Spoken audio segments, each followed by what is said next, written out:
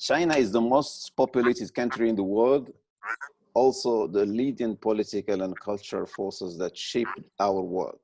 Chinese people are more concentrated on learning, inventing, and rather than conquering.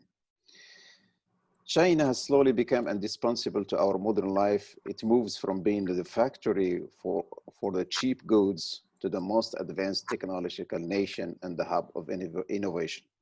China has become the most popular destination of international students. The student cannot wait to absorb, immerse themselves in the amazing culture and enjoy the benefit of high standard education system. China has 106 ranked universities and colleges. It offers low tuition and living costs, easy university and visa application process. The number of international students in China has doubled in the last 10 years. And in 2018, the total number of foreign students has almost reached the 500,000 students. And the number of students interested in studying in China is still increasing. So what makes China so attractive to students from all over the world? And we try to answer this question by inviting two of the most young, smart doctors coming from different backgrounds, but they have common denominator. Both of them choose to study medicine and choose to do it in China. My guest tonight is Dr. Hussain Arman from Bangladesh and Dr. Nickzad Abdelaziz from Afghanistan. Welcome both to Bridges of Science. That's very kind of you to accept our invitation. And we will try to answer the question of what makes China so attractive to the student by starting with you, Abdelaziz. You come from Afghanistan, from a totally different background. So tell us about your experience and how you choose to come to China. Okay, so it was back in 2011 when I was searching for a university to study abroad. And then I had this opportunity for China, and I chose to come to China. The reason I came back in the day, it was a growing nation and a growing economy, and it was right next to us, not too far, very convenient to come and go back home. So it was much convenient for a country like Afghanistan, which is way far from the Western countries and very close to a growing nation, China. And then I had a brother over here who was doing master program in medicine back in the day in cardiosurgery. So he gave me more information about China too and encouraged me like, this is the best choice. And then I came to China, never regretting, joined China since 2011. I did my bachelor here. Now I just finished my master degree in urology in China. Great. What about you, Hussain Arman? First of all, I would like to give my thanks to you, Dr. Zain, for inviting me here today. And I feel like really happy to join with you in this, with the Bridges of Science, these things. The main thing, as my brother, Dr. Nick said, the history for all the students, I think, coming here in China is almost the same. First of all, we came from an Asian country and a developing country like Bangladesh. So the first problem in our country is we don't have enough chance to do our post-graduation in our country. So we have to wait longer to do this post-graduation. Basically, like me, I finished my bachelor in my country from 2011 and finished my internship in 2012. After that, I tried some years to get a chance in the post-graduation, but I failed. And then I go to some other country, did some job over there. And then one of my brother who is also already did their post-graduation from here, master's and PhD. So he invited me here that there is more opportunities here. And you can easily, because for us, it is very difficult to get a chance in Europe or America or some other countries in the medical field. So I grabbed that chance to come here, and basically the scholarship offer is also very helpful for us, and they cover all the tuition fees and also living cost and everything, so we don't have to worry about it. That's the main thing. And another thing, after coming here, I see the huge difference between our country's teaching system and medical system and between China. And another most positive and beneficial things for us is that, like, if we go to Europe or America, I think we will not get enough chance to practice on patient. But here, after several months, our professors, they give us enough chances to practice on the patient and help or assist them in their surgeries. So I think it's a very good. You're having a very good hands-on training here in China. That's yes, very interesting. Abdelaziz, you came from Afghanistan, and before moving to China, you have done some social work, and you work with the NGOs and with the US Army, and that's why you're speaking very, very fluent English, American English. So tell us your experience before coming to China. What did you do in Afghanistan? In Afghanistan, when I graduated from high school, so I started working. I was young, I needed to earn and get some experience. So I worked for a while in different fields to find out what really I want for the future and what kind of future I want. So while I started working in different programs to explore a bit, to know more about the future.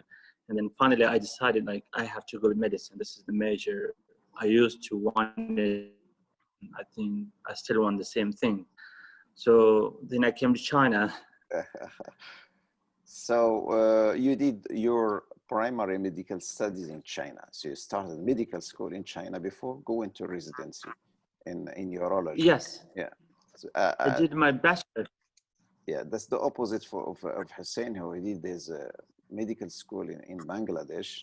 You do the whole things in China, so you're immersed in the Chinese culture right from the beginning. So you didn't have any trouble to further your study in medicine and having choosing to do your residency, probably your fellowship as well. So back in the day when I came here, I did have a lot of troubles because I was a new culture, different language, which I couldn't speak. It wasn't one of those languages around me, which I heard before, like English or other languages, or Farsi or Hindi. It was totally a different language, which we had no similarities with it, and different culture, different world, even though it was right next to us, but everything was very different from us. So I was struggling a bit for a few months until I got used to everything, the food, the people, the university, the system. I think one of the most important things in this country is once you learn the language, every problem is sorted out. The door opens up. Yes, the door opens. Whether you're a doctor, you're a businessman, and whatever major you are, the language is the most important key. Yeah. Yeah, so, it's the most important. How long did it take to get familiar with the Chinese language? To be honest, I've been living here for 9 years, and I still think I'm not that much familiar with this language. It's a very difficult language, but I do know enough to sort out my problems, to survive. Patients, to survive, yes. In the beginning, in the first 2 years, I just learned basic Chinese for daily problems, for daily routine, what to do, where to go, the food, and those steps. And then later on, I moved on to medical Chinese. When I was in medical school, we had a subject called Chinese language. From 3rd year onward, we had a medical Chinese, 2 classes every week to teach us how to approach patient, how to learn medical Chinese. So when we go to the 6th year for internship, we would be able enough to communicate with patients. You've been able to write the Chinese character. You didn't have any trouble with reading and writing? With reading, I have no problem, but with writing characters, I do have a problem. But I can type. Typing is easy for me, but the thing is, Chinese character, it's a very rich language with very complicated characters, and it doesn't have any specific letters, no letter like English or Arabic or other languages. So it has characters rather than letters. Yes. So I do know a few characters. I can write few characters, but when it comes to typing, I know a lot of characters and I can read a lot. So it's easy, much easier. Your medical study was done initially with the English to start with. Yes, it was English batch. All of my classmates were from different countries, from US, UK, Arab world, India, Thailand. I had classmates from so many countries, so many nationalities. And how long does it take to have your medical degree in China? How many years? Well, they have a program called MBBS, which is kind of similar to India, Austria, and UK. So MBBS in India, UK is 5 years, but in China it's 6 years. Yeah. Because the internship is 1.5 years, and then 4.5 years the basic and medical studies. It's 6 years actually. Okay. We'll move with this question to Hussain, who did his initial medical study in Bangladesh. Hussain, did you find any trouble getting immersed in the Chinese culture and Chinese medical study? That's a very good question. Actually, I finished my bachelor from my country, Bangladesh. I finished in 2011, and we also same like China. Our bachelor is total 6 years, including 1 year of internship. So I finished that overall things in 2012, and after that, actually, I traveled various parts of our country to do some job or some other activities. And I do also work in the government service in my country. So basically in government service, they will post you anywhere they need it. So for that, I travel in many parts of my country. And actually my country is not like a small one, it's a little bit bigger one. So it also like different district or different provinces, little bit different from different areas. Yeah. So basically I am from the capital, but I have to go to the rural areas to service the people. So I do have some experience to working with different kinds, different qualities or different peoples. And after that, I work in Maldives for 2 years. And they're also mostly in the hospitals, people come from different countries. People are also admitted in the hospital. So I do give service to different people in their hospital, in the tertiary level hospital. So because in Maldives, there are so many foreigners also, mostly from like Sri Lanka, India, Pakistan, and other countries also, because, you know, there are countries of resource. So in the resource, there are so many workers from different countries. So if there is any problem, they used to come here in the tertiary level hospital. So I have experience of working with the different kinds of people. But after coming here, basically our full course was written in English. But when I reached here, I find it very difficult. Completely different, yeah. Some people or students, they even can speak English, but they feel so shy to talk with us in English. So they are not that much cooperative. But luckily we have some seniors from other countries. They help us a lot in first few months to cope up with everything. And I used to start in the various problems. And when you go to some markets or buy some things, they don't know English. So that was a very big problem. Luckily, we are very much thankful to the digital things and these apps, even kind of translator apps. They save us in those situations. Whenever if we need to buy something or go anywhere or ask something, we usually translate this thing. Yeah, and we show them and help us. So that's the main problem. Hussain, did you start learning Chinese afterward? In my case, the thing is like I start my master's from here, and my supervisor, he is quite good because before he gives services to some other countries on behalf of Chinese government, so he can speak very good English. So my good luck is that when I came here and I meet with him, he speaks with me quite well in English. So I didn't feel much problem, and most of the time I pass my time in the hospital. So I didn't feel that much problem in the hospital. So I didn't learn that much Chinese as well till now. But I think, as Nick just said, is if somebody knows some Chinese and medical field, because normal Chinese and medical Chinese is little bit different. So if somebody know little bit Chinese, the professors, supervisors, even nurses, patients, they also show very interested to teach us or to talk with us or something like that. But it's my bad luck that I didn't feel that much demand to learn Chinese, and I also didn't learn Chinese that much till now. Okay, so you spent more than 5 years? How many years you spent? I spent 3 years, just in my 3 years running. So you finished now with your residency or not yet? Yeah, I just finished in June. Okay, so you are now a urologist, established urologist. Good. Alhamdulillah. Alhamdulillah. Okay, we'll move to Abdelaziz. You have learned, I think, five or six languages you're speaking now.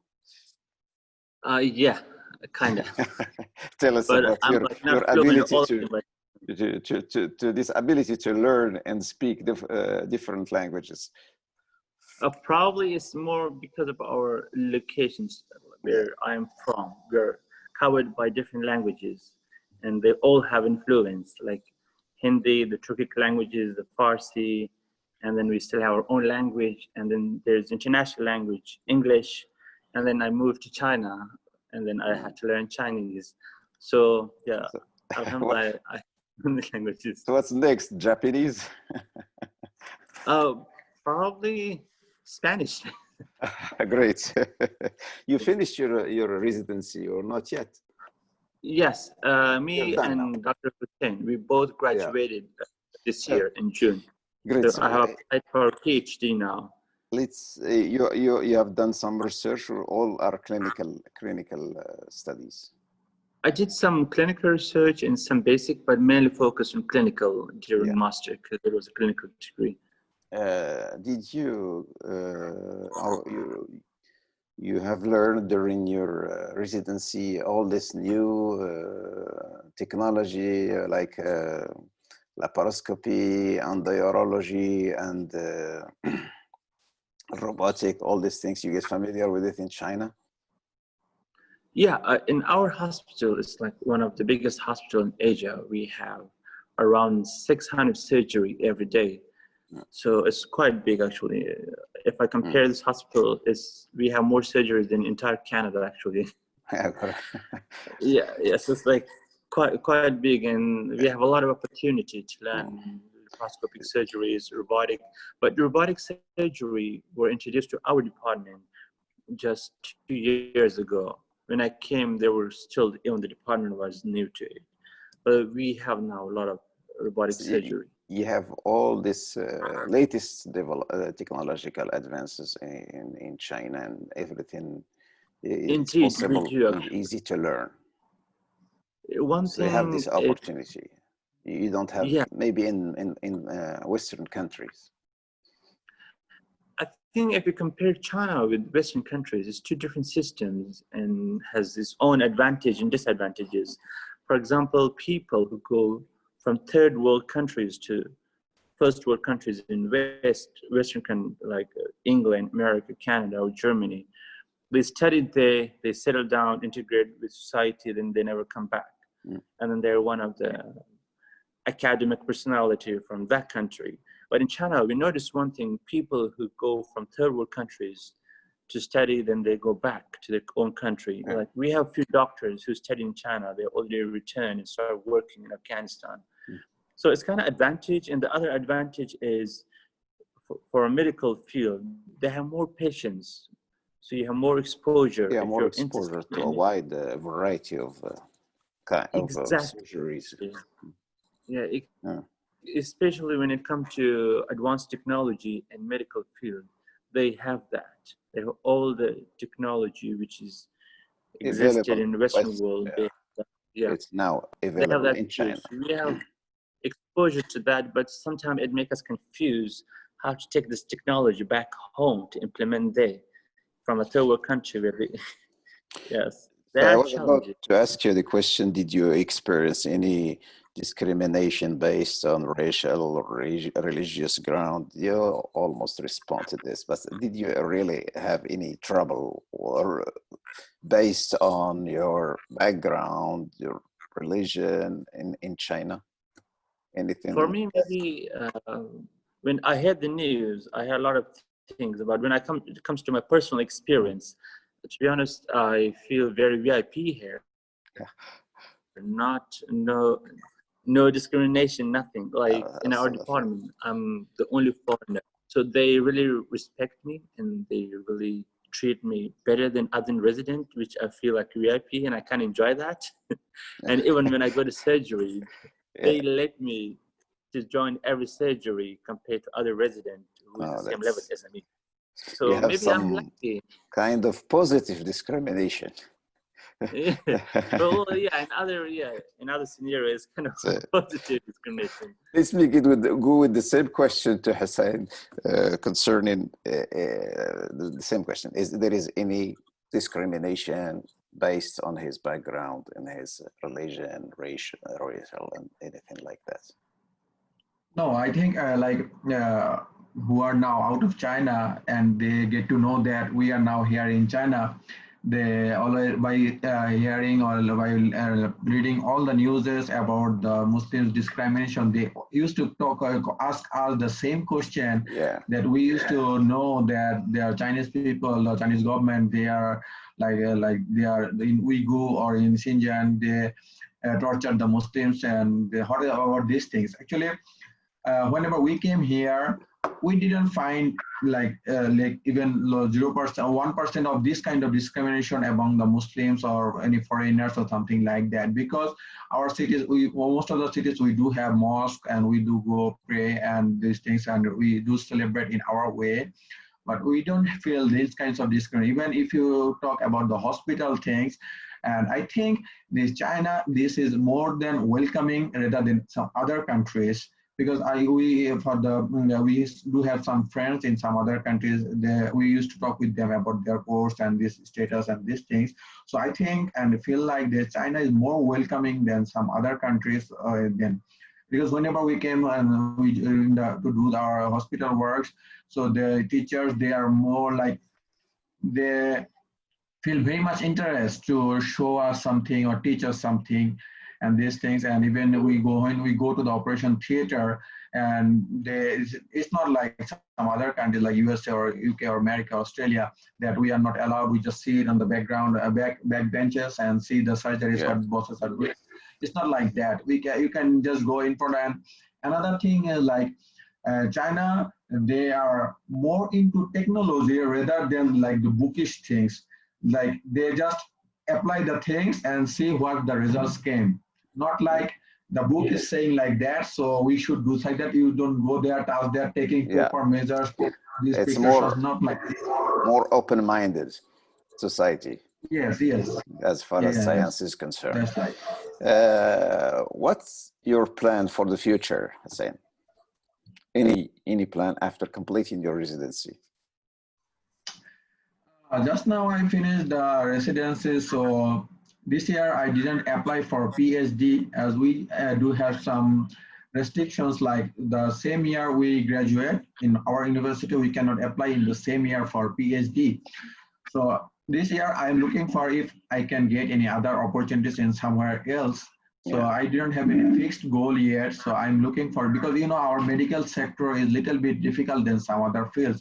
We cannot easily move on again. And because of this year, this become very special because of this COVID-19. We cannot do anything like if we want to, or we do have the opportunity. So I am still looking for some opportunities or anything. Otherwise, maybe next year I will apply here in the PhD. So you have to go outside China and then come back? You have to go Or you can stay? No, there is nothing like, no, no. I can stay here one more year because my wife and family, they are also with me, and my wife will be graduate next year. So I am staying with her now as a dependent. So I can stay one more year here. Great. Same question to Abdelaziz. Well, as we know, the more you learn, the more you feel you still don't know nothing. When I finished my master's degree, I thought like I had to carry on and do my PhD, because the residency for master's degree is 3 years, which is not enough, because urology residency all around the world is 5 to 6 years. It depends where you are and which country you are. For example, in the UK, it almost takes 7 years, and in America, it's 5 years. So I decided to continue and do my PhD. So as soon as I graduated, I have applied to a few universities in China, and I'm just still waiting for the final decision. Actually, some of them already gave me good news, but not the great news, the final decision. So probably by September, I know everything. Great. So that's very kind of you for accepting my invitation. So Arman and Abdelaziz, let me tell you that's very courageous from your side to move and back the trend. And instead of going west, you go east. And if you can make it in China, you can make it anywhere in the world. Whatever you decide, we can only wish you a lot of success, and most importantly, have fun. Thank you very much for taking time to Thank you so much, Professor Zain. Thank you so much. Have a good day. Thank you so much, Dr. Zain, for inviting us here today. And we will look forward to some more of this from you in future days. Sure, we'll keep in touch and we'll carry on with our dialogue, inshallah. Take care. Inshallah. Inshallah. Thank you, Professor. Have a good day. Thank you so much. You. Bye-bye. Assalamu alaikum.